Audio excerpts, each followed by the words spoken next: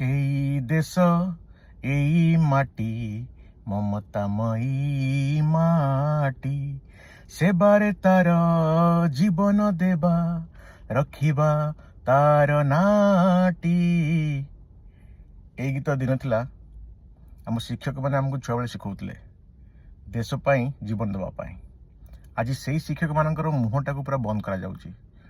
ଯଦି ଜଣେ ଶିକ୍ଷକ ତାର ମନର କଥା ତାର କଷ୍ଟ ଯଦି ସିଏ କାହାକୁ କମ୍ପ୍ଲେନ୍ କଲା ତାକୁ ସସ୍ପେଣ୍ଡ କରାଯାଉଛି।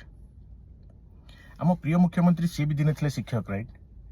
ଆଜି ସେ ମୁଖ୍ୟମନ୍ତ୍ରୀ ବନିଲା ପରେ ତାଙ୍କର ଯେତେବେଳେ ପାୱାର ଆସିଗଲା ସିଏ ଯାହାକୁ ନା ଯାହାକୁ ଚାହିଁବେ ତାହା କହିପାରିବେ, କାହାକୁ ପାଣ୍ଡୁ କାହାକୁ ଗାଣ୍ଡୁ।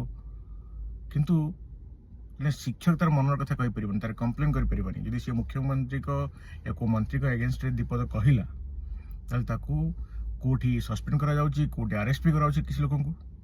এইটা କ'ଣ ଆମ ଦେଶର ଡେମୋକ୍ରାସି? ଆପଣମାନେ ଡିସାଇଡ୍ କରିବେ। ଜୟ ଜଗନ୍ନାଥ, ବନ୍ଦେ ଉତ୍କଳ ଜନନୀ।